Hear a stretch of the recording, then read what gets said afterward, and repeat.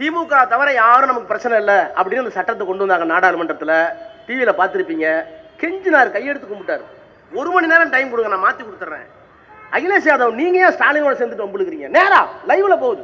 எதிர்கால தீங்கு இந்தியாவிற்கு என்று சொல்லி அதை முதலாக நாடாளுமன்றத்தில் அமித்ஷாவும் மோடியும் உட்கார்ந்து இருக்கிற போதே தோற்கடித்த இயக்கம் இந்த இயக்கம். திராவிட முன்னேற்ற கழகம் இருந்தவரை பாபர் மசூதிக்கு ஆபத்து இல்லை. கலைஞர் அந்த கூட்டணியில் இருந்தவரை 320க்கு ஆபத்து இல்லை. நாங்கள் அங்கே இருந்தவரை சிவில் சட்டத்தை பற்றி பேச முடியாது. திட்டுவாங்க எங்களை, எப்படி நீங்க பிஜேபி போலான்னு. இவங்க வேலி கட்டி பிஜேபியை காப்பாற்ற நினைச்சாங்க. நாங்க கூட போய் கையும் காலையும் கட்டி உள்ள போட்டு அடிக்க நினைச்சோம். தாத்தா ஓடினார், அப்பா கொஞ்சம் மாற்றம். அப்பா வந்தார், பெரிய முன்னேற்றம். ராஜாவுக்கு பின்னால் புரட்சிகர மாற்றம் என்னுடைய மகன் மயூரி. இந்த மாற்றங்களுக்கு பின்னால் யார்? இந்த இயக்கம். பெரியார், அண்ணா, கலைஞர், அம்பேத்கர். இப்ப நீ ஒரு மாற்றங்கிறிய, என்ன கிழிக்க போற? இப்ப மாற்றம் நீங்க என்ன கிழிக்க போறீங்கன்னு கேட்டேன். பேசி பேசி வளர்ந்த தமிழ்நாட்டு அரசியலில் பேசாத ஒரு ஆள் முதலமைச்சர். அப்படியே பேசினாலும் எங்க பேசணுமோ அங்க பேச மாட்டேங்கிறார். இவராவே ஒண்ணு கற்பனை பண்ணிக்கிட்டு நான் கோட்டு போடக்கூடாதா, சூட்டு போடக்கூடாதா? யாரையா முதல்ல சொன்னா? ராஜா கோட்டு போட்டா நியாயம் இருக்கு. ஒரு தாழ்த்தப்பட்ட சமுதாயத்தில் எங்கேயோ படிச்சு பெரியாரால், அண்ணாவால், அம்பேத்கரால், அண்ணாவால் வந்து நான் கோட்டு போட்டேங்கிறது. நீ நடிக்கிறதே கோட்டு போட்டு தான் நடிக்கிற, சினிமாவிலையும் கோட்டு போட்டு தான் நடிக்கிற. அப்புறம் இங்க வந்து கோட்டு போட்டு நான் போடக்கூடாதா? யாருப்பா உன்னை போடக்கூடாது? நல்லா போட்டுக்கப்பா, நல்லா போட்டுக்க. அதுல வேற நான் கருப்பு போட்டிருக்கிறேன், ஏன் தெரியுமா? பார், இது வரைக்கும் நீ பேசுறது கரெக்ட். இந்த கருப்புக்கு சொந்தம் வந்த காலியாட்டம் ஆடினாங்க. ஒரு நாள் நாடாளுமன்றத்தினுடைய உணவு விடுதலை உட்கார்ந்து சாப்பிட்டுக் கொண்டிருந்தோம். அகிலேஷ் யாதவ் வந்தார். வந்து எங்களுடைய கையை பிடித்துக் கொண்டு, எப்படி இதெல்லாம் உங்கள் தலைவரால் முடிகிறது, உங்கள் கட்சியால் முடிகிறது என்று கேட்டார். என்ன என்று கேட்டோம்.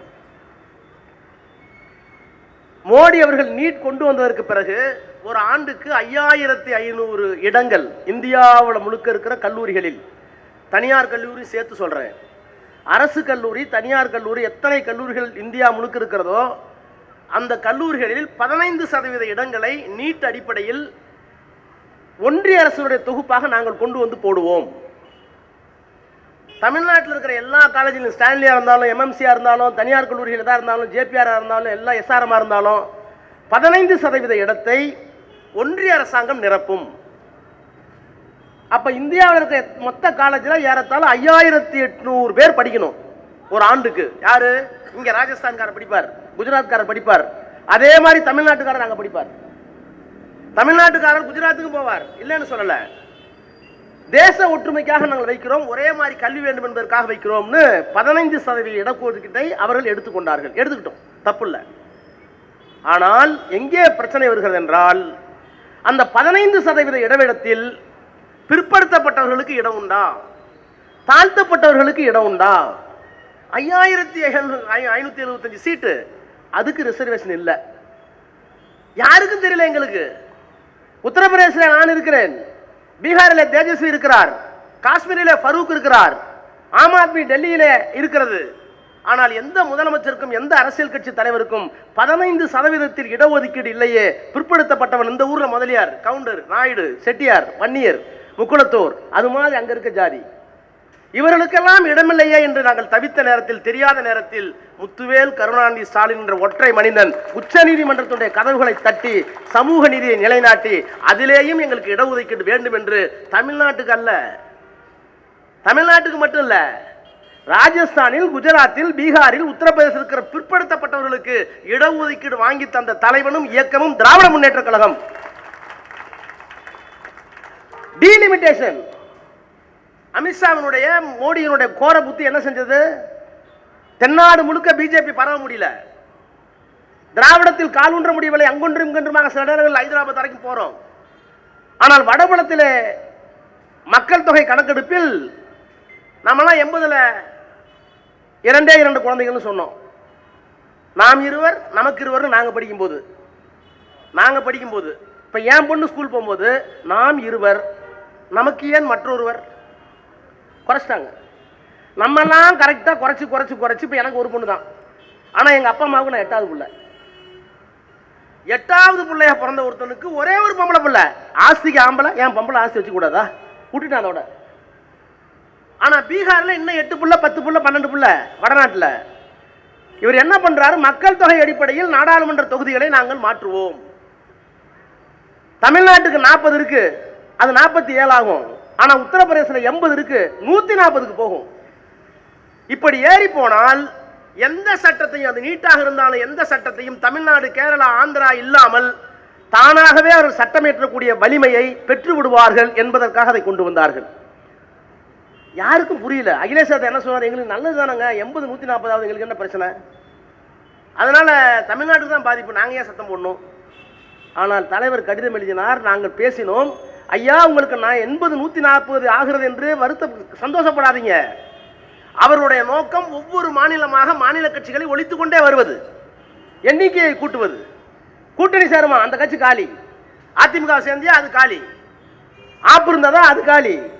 இப்படி ஒவ்வொரு மாநிலமாக பிராந்திய கட்சிகளை, மாநில கட்சிகளை ஒழித்து விட்டு நாடாளுமன்ற தொகுதியுடைய எண்ணிக்கையை கூட்டி இதை இந்து ராஷ்டிரம், நாங்கள் தான் ஆளுவோம் என்று சொல்லுவதற்கான சூழ்ச்சி உள்ளே இருக்கிறது என்று சொன்னவுடன், சொன்னால் நம்ப மாட்டீர்கள், திமுக தவிர யாரும் நமக்கு பிரச்சனை இல்லை அப்படின்னு அந்த சட்டத்தை கொண்டு வந்தாங்க நாடாளுமன்றத்தில்.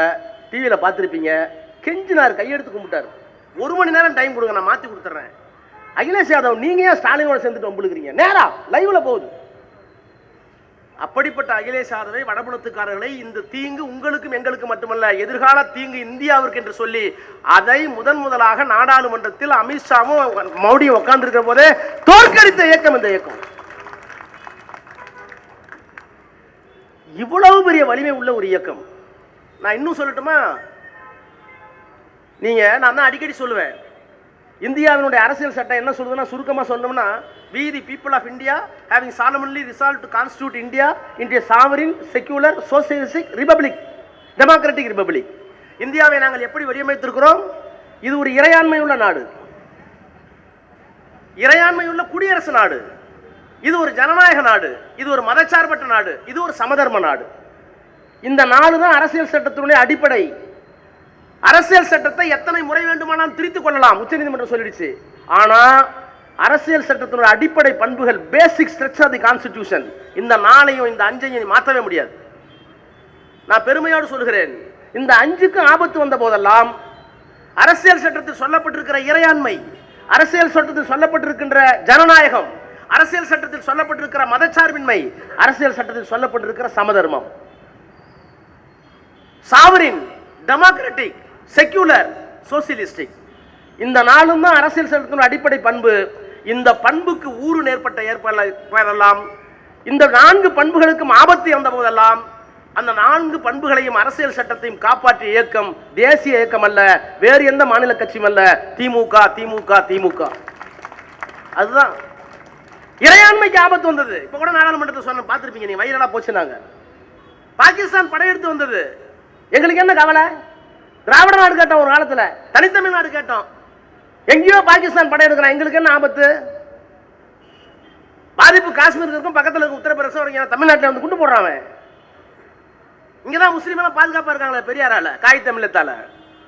ஆனால் இந்தியாவினுடைய இறையாண்மை காப்பாற்றப்பட வேண்டும், தேசம் துண்டாடப்படக்கூடாது என்பதற்காக, 1 இன்ச்சு கூட போகக்கூடாது என்பதற்காக அன்றைக்கு எந்த முதலமைச்சரும் தரவில்லை. 6 கோடி ரூபாயை இந்திரா காந்தி அள்ளி தந்த இயக்கம் திராவிட முன்னேற்ற கழகம், கலைஞர். இது இறையாண்மைக்கு. ஜனநாயகத்திற்கு ஆபத்து வந்தது, மிஸ்ஸா கொண்டு வந்தாங்க. பேச முடியாது, எழுத முடியாது, எல்லாரும் சிறையில் இருந்தாங்க. ஆர்காட்டார் இருந்தார், முரசொலி மாறன் இருந்தார், டிஆர் பாலு இருந்தார், சிவா இருந்தார், எங்க ஊர்ல எல்லாரும் இருந்தாங்க. பேச முடியாது, எழுத முடியாது, போனவங்க எப்ப வந்தாங்கன்னு தெரியாது. சிட்டி பாபியை பறி கொடுத்தோம். அந்த ஜனநாயகத்தை எதிர்ப்பதற்கு கம்யூனிஸ்ட்காரங்க முன் வந்தாங்களா? எந்த மாநில கட்சியால் முன் வந்தாங்களா? வரலையே. அதை எதிர்த்து தீர்மானம் போட்டு ஆட்சியை எதிர்த்து ஜனநாயகத்தை காப்பாற்றிய இயக்கம் இந்த இயக்கம். அரசியல் சட்டத்தில் மதச்சார்பின்மைக்கு ஆபத்து வந்து, செகுலரிசத்துக்கு எப்ப ஆபத்து வந்துச்சு? நாங்கள் ஆட்சிக்கு வந்தால் பாபர் மசூதி இடித்து விட்டு ராமர் கோயில் கட்டுவோம். நாங்கள் ஆட்சிக்கு வந்தால் காஷ்மீருக்கு வழங்கப்பட்டிருக்கிற 370 சிறப்பு பிரிவு, காஷ்மீர்காரன் மட்டும்தான் நிலம் வாங்க முடியும். காஷ்மீருக்கு வேண்டிய சட்டத்தை காஷ்மீர் நாடாளுமன்றம் இயற்ற முடியாது, காஷ்மீர் சட்டமன்றமே ஏற்றுக்கொள்ளலாம். இதெல்லாம் பாகிஸ்தான் பிடிக்க கூடாதுங்கிறதுக்காக அவர்களுக்கு வழங்கப்பட்ட சிறப்பு உரிமை, நேருவால். அதை குறை சொல்றாங்க. நாங்கள் ஆட்சிக்கு வந்தால் அதை எடுப்போம். நாங்க நாங்கள் ஆட்சிக்கு வந்தால் இஸ்லாமியர்களுக்கு, கிறிஸ்தவர்களுக்கு, இந்துக்களுக்கு தனித்தனி சட்டம் எல்லாம் ஒன்னாக்குவோம். இதுதான் ஜீவாதார கொள்கை, பிஜேபி ஜீவாதார கொள்கை. அதுல 2 முடிச்சிட்டாரு மோடி. கோயில் கட்டிட்டாரு, 370 எடுத்துட்டாரு. சிவில் சட்டம் கொஞ்ச நாள்ல போகுது. இதுதான் மூலாதார கொள்கை, மதச்சார்பின்மைக்கு நேர் எதிரான கொள்கை. ஆனால் கலைஞர் அன்றைக்கு பிஜேபியோடு கூட்டணி வைத்து பிஜேபியுடைய மூலாதார கொள்கை எதுவோ அந்த கொள்கையை குறைந்தபட்ச செயல் திட்டத்தால் முடக்கி போட்டு, அப்பெல்லாம் அருள்மொழி என்கிட்ட பேசாது, ஆசிரியர் எங்கள்கிட்ட பேச மாட்டார், திட்டுவாங்க எங்களை, எப்படி நீங்க பிஜேபி போலான்னு. இவங்க வேலி கட்டி பிஜேபியை காப்பாத்து நினைச்சாங்க. நாங்க கூட போய் கையும் காலையும் கட்டி உள்ள போட்டு அடிக்க நினைச்சோம். திராவிட முன்னேற்ற கழகம் இருந்தவரை பாபர் மசூதிக்கு ஆபத்து இல்லை. கலைஞர் அந்த கூட்டணியில் இருந்தவரை 320க்கு ஆபத்து இல்லை. நாங்கள் அங்கே இருந்தவரை சிவில் சட்டத்தை பற்றி பேச முடியாது. மதச்சார்பின்மையை கூட்டணி வைத்தும் காப்பாற்றிய இயக்கம் கலைஞரின் இயக்கம், திராவிட முன்னேற்ற கழகம். நாங்க வெளியே வந்து எல்லாம் புட்டுக்குச்சிப்போம். சமதர்மம், மொரார்ஜி தேசாய் நிதியமைச்சர், இந்திரா காந்தி பிரதமர். அப்பதான் நமக்கு 184 சீட்டு அதிகமா, 25 சீட்டு நம்மள்ட்ட எம்பி, மீதி காங்கிரஸுக்கு கூட்டணியில் இருக்கும். மொரார்ஜி தேசாய் நிதியமைச்சர், இந்திரா காந்தி பிரதமர். இந்திரா காந்தி என்ன கொண்டு வந்தாங்க? அப்பெல்லாம் பேங்க் போக முடியுமா? என் பொண்ணு இப்ப நெட் பேங்க்ல இருக்கு. நான் முதல்ல 1989 வக்கீல் ஆகி கனரா பேங்க் வக்கீல். நான் கனரா பேங்க்ல நான் வக்கீலா போட்ட அட்வைசரா என்ன கோர்ட்ல பார்த்துட்டு முதல்ல உண்மையை சொல்றேன். அன்னைக்கு தான் எனக்கு செக் புக்கே கொடுத்தான். சார் உங்களுக்கு ஃபீஸ்லாம் மேல் செக்ல தான் சார் வரும்னா. அந்த செக் புக் போய் எங்கள் அம்மாட்ட கொடுத்தேன். கண்ணில் ஒத்திக்கிட்டு அந்த அம்மா கொண்டு போய் கடல் பக்கத்தில் வச்சு, ஏமா அது கனரா பேங்க் கொடுத்தாமா, கடவுள் என்ன பண்ணுவார், அங்கே போய்க்கிறேன். செக் புக்கே அப்போ தான் சார் நான் பார்த்தேன். செக் புக்கை பார்க்கறது 89. இப்போ என் பொண்ணு லண்டனில் ட்ரெயின் ஏறி இறங்குதுங்க, எனக்கு செல்லில் வருது பேங்கிங். ஆனால் இந்த பேங்க் என்ன தெரியுமா செஞ்சாங்க? கிட்டக்க போக முடியாது. யாரு நீங்களாம் ஒருத்தன் கிட்டக்க போக முடியாது. பஸ் முதலாளி போகலாம், மில் முதலாளி போகலாம், விவசாயத்துக்கு லோன் கொடுக்க மாட்டான். விவசாயத்துக்கு லோன் கொடுக்க மாட்டான். பெரிய பெரிய பணக்காரனுக்கு தான் கனரா பேங்க், லட்சுமி விலாஸ் எல்லா பேங்கும். இந்த வங்கிகள் ஏழைகளை போய் சேர வேண்டும் என்று இந்திரா காந்தி கொண்டு வந்தார். நேஷனலைசேஷன் பேங்க், வங்கிகளை தேசியமயமாக்குகிறேன். கோப்பு நிதியமைச்சருக்கு போகுது. நிதியமைச்சரே டிசன் நோட் எழுதுறார், இது தேவையில்லை, இது வங்கிகளை பாதிக்கும். காங்கிரஸ் 2 உடையிற மாதிரி ஆகி போச்சு. ஒரே ஒரு கடிதம் இந்திரா காந்திக்கு, நீங்கள் கொண்டு வருகிற இந்த சட்டம் ஏழை எளியவர்களுக்கு, தாழ்த்தப்பட்ட பிற்படுத்தப்பட்டவர்களுக்கு, விவசாயிகளுக்கு வங்கிகளை கொண்டு போய் சேர்க்கும். வங்கிகளால் தாழ்த்தப்பட்ட பிற்படுத்தப்பட்ட ஏழை எளிய மக்கள் பயன்பெறுவார்கள். எனவே எங்களுடைய நாடாளுமன்ற உறுப்பினர்கள் 25 பேர் உங்களுக்கு வாக்களிப்பார்கள். அந்த சட்டத்தை கொண்டு வாருங்கள் சொன்னது கலைஞர், நிறைவேற்றினது கலைஞர். சமதர்மம். இப்ப சொல்றேன், we the people of India having solemnly resolved to constitute India into a sovereign, secular, socialistic and democratic country. இந்த நாளையும் காப்பாற்றின இயக்கம் காங்கிரஸ் கூட அல்ல, அன்றைக்கு இருந்த ஜனதா கூட அல்ல, அன்றைக்கு இருந்த எந்த மாநில கட்சியும் அல்ல. அந்த இயக்கம் திராவிட முன்னேற்ற கழகம் செய்து காட்டிய தலைவன், மகத்தான தலைவன். இன்றைக்கு பிறந்த நாளை கொண்டாடுகிறோமோ அந்த கலைஞர் என்ற மகத்தான மனிதன். இவ்வளவு பெரிய இயக்கம். இந்த இயக்கத்தை இன்றைக்கு இந்தியா முழுக்க கொண்டு போய் சேர்த்தார் முத்துவேல் கருணாநிதி ஸ்டாலின். இவருடைய திட்டத்தெல்லாம் பார்த்து ஆச்சரியப்பட்டாங்க. அருள்மொழிக்கு ஒரு வருத்தம், பிரசன்னாவுக்கு ஒரு வருத்தம், கோபம். எங்களுக்கு இருக்கிற வருத்தம், இந்தியாவே நம்மளை உத்து பார்த்துச்சு தமிழ்நாட்டை. இந்த தமிழ்நாடு இப்படி ஆயிடுச்சு. நாடாளுமன்றத்துக்கு போனா நம்மளை இப்படி பார்ப்பாங்க. ஒரு அறிவாளிகிட்ட தோத்தா பரவாயில்ல, அரசியல் ஆளுமொழி வாழ்த்து பார்த்தா பரவாயில்ல, ஒரு புத்திசாலிகிட்ட பார்த்தா பரவாயில்ல, ஒரு கொள்கையாளர்கிட்ட பார்த்தா பரவாயில்ல, உள்ளபடியா ஒரு மாற்றத்தை விரும்பினால் பரவாயில்ல. நான் எல்லா இடத்துலையும் சொல்லுவேன், எங்க தாத்தா தீண்டாமைக்காம ஏழ்மைக்காம இலங்கைக்கு ஓடினார். எங்க அப்பா ஆங்கிலம் படித்தார், அங்கிருந்து பொருளிட்டு வந்தார், சொத்து வாங்கினார். நான் 8வது பிள்ளை. எங்க வீட்டுல எல்லாம் IAS, IPS, IPS எல்லாம் வந்துட்டாங்க. முனிசிபல் கமிஷனர், டாக்டர், இன்ஜினியர் எல்லாம். 8வது பையனே திராவிட முன்னேற்றத்தால், கலைஞரால், பெரியாரால், அண்ணாவால், அம்பேத்கரால் ஒன்றிய அமைச்சர் ஆயிட்டேன். என் பொண்ணு லண்டன்ல படிக்குது. அந்த பொண்ணுக்கு ஜாதின்னு என்னன்னு தெரியாது. நீ போய் சொல்லி பாரு அந்த மாட்டேன், நீ எஸ்சின்னு புஷ்ன்னு உதவும். தாத்தா ஓடினார், அப்பா கொஞ்சம் மாற்றம். அப்பா வந்தார், பெரிய முன்னேற்றம். ராஜாவுக்கு பின்னால் புரட்சிகர மாற்றம் என்னுடைய மகள் மயூரி. இந்த மாற்றங்களுக்கு பின்னால் யார்? இந்த இயக்கம், பெரியார், அண்ணா, கலைஞர், அம்பேத்கர். இப்ப நீ ஒரு மாற்றங்கிறிய, என்ன கிழிக்க போற? மாற்றம் நீங்க என்ன கிழிக்க போறீங்கன்னு கேட்டேன். பேசி வளர்ந்த தமிழ்நாட்டு அரசியலில் பேசாத ஒரு ஆள் முதலமைச்சர். அப்படியே வெளியே பேசினாலும் எங்க பேசணுமோ அங்க பேச மாட்டேங்கிறார். வெளியே வந்தா கை கால் இப்படி போகுது. சட்டசபைக்கு போனா என்ன ஒன்றும் புரியல. சார் பாபு உனக்கெல்லாம் ஏதோ ஒரு சொல்றேன்னு தப்பா நினைக்கிறேன், விபூதி வச்சிருந்தாலும் சொல்றேன், எங்களுக்கு நம்பிக்கை இல்லை, நீ எல்லாம் ஏதோ பாவம் பண்ணிருக்கு. இந்த சட்டசபையில் உட்காந்துருக்கு பத்தியா, அப்படி ஆகிப்போச்சு, அப்படி ஆகிப்போச்சு. இப்போ ஒன்றும் கெட்டு போயில்ல. அருள்மொழி அழகா சொன்னாங்க, திராவிட முன்னேற்ற கழகம் இந்த தலைமுறைக்காக மட்டும் சிந்திக்கக்கூடிய இயக்கம் அல்ல. இன்னும் சொல்ல போனா அவரை மாதிரி போராளி யாருங்க இருக்கா? அவரை மாதிரி போராளி யாரு இருக்கா? எத்தனை முறை ஒன்றும் இல்லை, IPKF இந்திய அமைதிப்பட போனிச்சு இலங்கைக்கு, நம்முடைய தமிழர்களை கொன்றார்கள். முதலமைச்சராக இருக்கிறார் கலைஞர். ஒன்றிய அரசாங்கம் சொல்லுது கவர்னர்லாம் எல்லா முதலமைச்சரும் போய் ரிசீவ் பண்ணுங்க அந்த மாநிலத்தில். போக முடியாதுன்னார், ஆட்சியை கலப்பாங்கன்னார். கனடா என் தமிழன் செத்துட்டான், அதை போய் இந்திய ராணுவம் கொள்ளுது, அதற்காக என்னோட ஆட்சி போகும் என்றால் போகட்டும். சொல்ல முடியுமா? சொல்ல முடியாது. தமிழ்ச்செல்வன் ஒரு விடுதலை புலி, அவர் ஒன்றும் பண்ணல. செக்ரட்டரியேட்டில் ஒரு பேப்பர் எடுத்துட்டாராம், அது அரசாங்க பேப்பராம். அந்த அரசாங்க பேப்பரில் டைப் பண்ணிட்டாராம், எழுதிட்டாராம். அந்த 2 பேப்பரை அரசாங்க செலவில் டைப் பண்ணி விட்டார் முதலமைச்சர். விடுதலை புலிகளுக்காக அப்படி எழுதலாம், ஆட்சியை கலைக்க வேண்டும். ஜெயலலிதா ஏமா நான் நிறைய எழுதினப்பெல்லாம் நீ கம்முன்னு இருந்த, ஒரே ஒரு பேப்பர் இருந்து கலைக்கணுங்கிறிய, உனக்கு அவ்வளவு விருப்பம் இருந்தால் கலைச்சிக்கினார். ஒரு தமிழ்ச்செல்வனுக்காக அல்ல, தமிழ்ச்செல்வனுக்கு பின்னால் இருக்கிற மிகப்பெரிய தமிழ் சமுதாயம் என் உடலே ஓடுகின்ற தமிழ் ரத்தத்திற்காக சொல்லுகிறேன், என் ஆட்சியை கலைத்துக்கொள், கவலை இல்லை சொன்னவர் அவர். அவர் எவ்வளவு பெரிய போராளி, வாழ்க்கை வார்த்தை எல்லாமே. டெல்லியில் இருக்கிறார், தமிழ்நாடு இல்லத்தில் பிரபாகரன் இறந்து விட்டார் என்று காட்டுறாங்க, டிவியில் முகத்தை காமிக்கிறாங்க. பத்திரிகையாளர் பார்க்கணும்னு வர்றாங்க. நாங்களாம் சொல்கிறோம் தவிர்க்கலாங்க, நான் கன்ஃபார்ம் ஆகல, அது இவர் படம் தானு தெரியல, நம்ம வருத்தமாக இருக்கணும் அப்படின்னோம். ப்ரெஸ்ஸை பார்க்க இப்போ ஓடுறீங்களே, சிஎம் சார் டெல்லிக்கு யார் வந்தாலும் கொடுப்பாங்க சார், சிஎம் டெல்லிக்கு எந்த சிஎம் வந்தாலும் பேட்டி கொடுப்பாங்க சார், மரபு சார், ஆங்கிலத்தில் legacy sir, please sir. 48 degree வெயில், 48 செல்சியஸ் வெயில், இருக்கிற சட்டை அவுத்து போட்டு பனியனோட நீ போனாங்க டெல்லியில். அந்த வெயிலில் ஒரு ஆள் கருப்பு கோட்டை போட்டு ஓடுறாரு, மைக்க நீட்டுறான், ஓடுறாரு. அவ்வளவு இக்கட்டான சூழல் தமிழ்நாடு இல்லத்தில். கலைஞர் பிரஸ் நிற்கிறாங்கன்னாரு, இல்லையா கருணாநிதி பிரஸ்ஸை பார்க்கலன்னு சொல்லுவாயா, அது எனக்கு இழுக்கியா, கூப்பிடியா.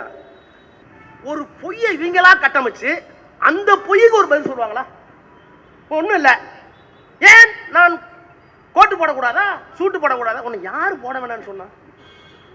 இதாவது இவராவே ஒன்று கற்பனை பண்ணிக்கிட்டு நான் கோட்டு போடக்கூடாதா, சூட்டு போடக்கூடாதா? யாரையா முதல்ல சொன்னா? என்னமோ ஒரு சூட்டு போட்டவங்க நாங்கள் பொறாமையா இருக்க மாதிரியும். அதாவது ஒரு குப்பனும் சுப்பனும் படிச்சு நான் சூட்டு போட்டா கூட ஒரு நியாயம் இருக்கு. ஏன்னா எங்க தாத்தா கோவணம் கட்டியிருந்தார், எங்க அப்பா இலங்கையில் குளூருக்கு போட்டிருப்பார் கோவில்ல. நான் கோட்டு போட்டா அதான் காந்தி ஏன் கோவணம் கட்டினாரு, அம்பேத்கர் ஏன் சூட்டு போட்டாருன்னு கேட்டாங்களா, கதை சும்மா சொல்லுவாங்க. அம்பேத்கர் சொன்னாராம், இவர் பனியா ஜாதி, யாரு காந்தி பெரிய பணக்காரர். தனவந்தராக இருந்த காந்தி தன்னுடைய எளிமையை காப்பாற்றிக் கொள்வதற்காக கோவணத்தோடு போவதில் தவறில்லை, அது அவர் அரசியல் ஸ்டைலு. கோவணம் கட்டியிருந்த என் சமூகம் கோட்டை அணிவது என் ஸ்டைலு, அதனால நான் கோட்டு தான் கோவணம் தான் கட்டினார். ராஜா கோட்டு போட்டா நியாயம் இருக்கு. ஒரு தாழ்த்தப்பட்ட சமுதாயத்தில் எங்கேயோ படிச்சு பெரியாரால் அண்ணாவால் அம்பேத்கரால் அண்ணாவால் வந்து நான் கோட்டு போட்டேங்கிறது. நீ நடிக்கிறதே கோட்டு போட்டு தான் நடிக்கிற,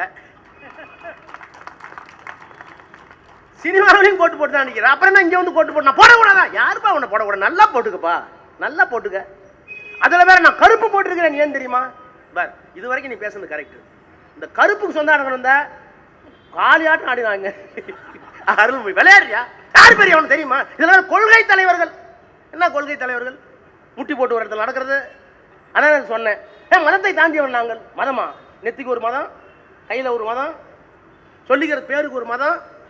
மதத்தை தாண்டி வேணா எல்லா மதத்தையும் ஒரே மதம் உள்ளு போட்டா இப்படி ஒரு அயோக்கியத்தனம் தமிழ்நாட்டில் நடந்துட்டு இருக்கு. அவங்க சொன்னாங்க, குழந்தை சொன்னதுக்கெல்லாம் தாத்தா கேட்பாரான்னு. குழந்தை சொல்லி தாத்தா கேட்டார். ஆனால் இனி வருகிற குழந்தைகளாவது அப்படி சொல்லாமல் மட்டுமல்ல, எந்த குழந்தை இப்படி சொன்னதோ அந்த குழந்தையை வருகின்ற குழந்தை திருத்தி தாத்தாவின் இறுதி நாளில் இன்னொரு ஆட்சி மாற்றத்தை ஏற்படுத்தி அந்த தாத்தா உயிரோடு இருக்கும் போதே முத்துவேல் கருணாநிதி ஸ்டாலின் முதலமைச்சராக பொறுப்பேற்கின்ற நாளை எல்லா தலைமுறையும் சேர்த்து செய்ய வேண்டும். அதற்காக உழைப்போம்.